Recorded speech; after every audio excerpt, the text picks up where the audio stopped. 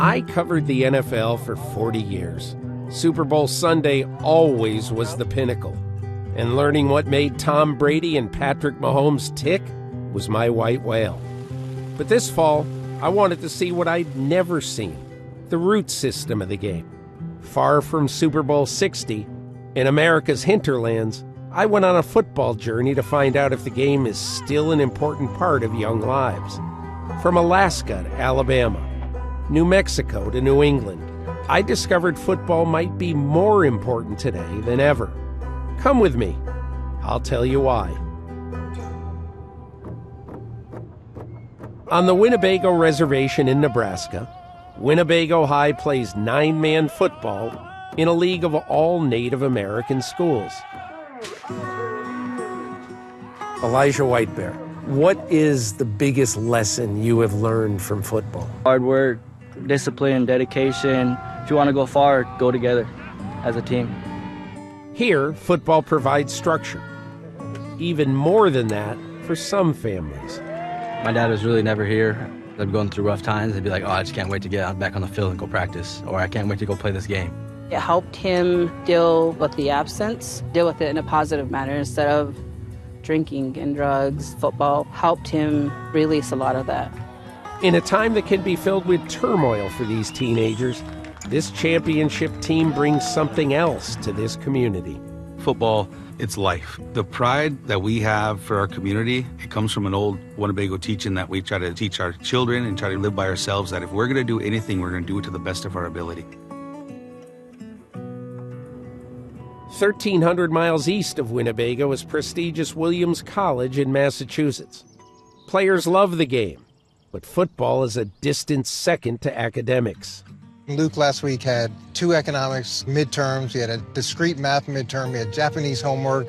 He's preparing for the game. He's going to play the game. Linebacker Luke Mangini, son of former NFL coach Eric Mangini, must juggle his passion with his priorities. Football's been my greatest teacher throughout my entire life. The decisions I made, the discipline that I put in, the sacrifices, and it teaches you to deal with adversity in a way that I haven't encountered anywhere else. Here, the academics are complex, but the game remains simple. It's pure. I kind of wish everybody could experience this, especially guys who've been in the league for a long time, because it reminds you why the game is so special to all of us. I love football because of the victories, but those struggles make them way sweeter. And the sacrifices you put in with your guys to get to go there and sing with them, to all the people that come and support you, I mean, there's no better feeling. There really isn't.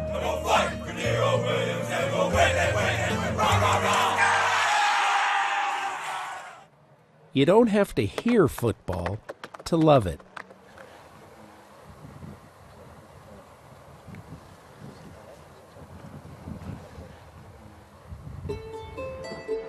A virus robs Santiago Lopez of his hearing at age 10, and his parents sent him to the New Mexico School for the Deaf to tackle his sudden handicap. He tackled even more.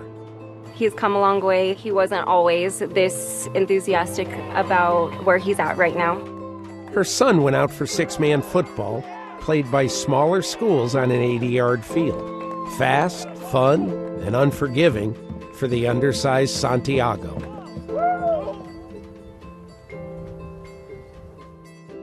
He amazes me. He's way better than I could ever be. And I'm just so very proud of him. This was the last game of Santiago's career. He leaves as a captain and an inspiration. I hope that he leaves behind just his big heart and his strength. He's overcome so much.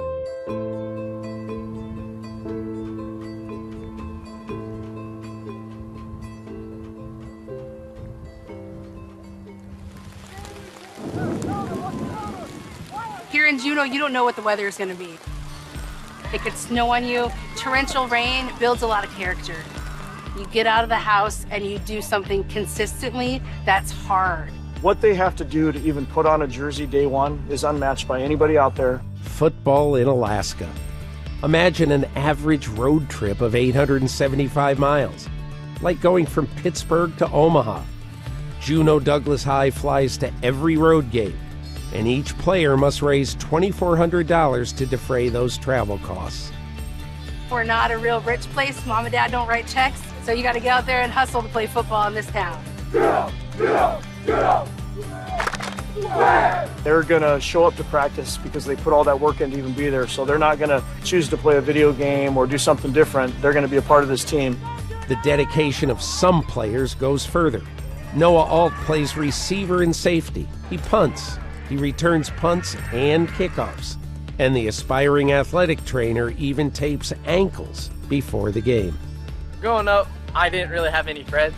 So football kind of brought friends to me. I just fell in love with the sport, and it just makes me happy every single day. We don't get to play as much as maybe other communities because of the logistics and the travel and the expense.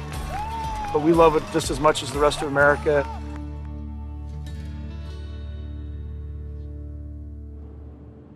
My final stop wouldn't have been possible just 6 years ago, when girls flag football was not a high school sport in Alabama. For the South, I would say God, family, and football is fairly accurate. I wanted to play Pee Wee football, but all the coach said was I could cheer. Flag football has always been something that I've dreamed to play, but obviously at the time there was nothing. Now 143 high schools compete, with bands, cheerleaders, and highly competitive girls, as I saw with two instant rivals, Spain Park and Prattville. Being able to coach it and share that passion that I've always had, getting that little spark kicked off in them, it's amazing.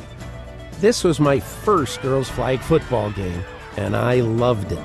I loved the emotion of the winners. I felt the despair of the losers. What I learned on this journey is that football, at all levels, is doing something hard, doing it as a team, and knowing the rewards won't always be on the scoreboard.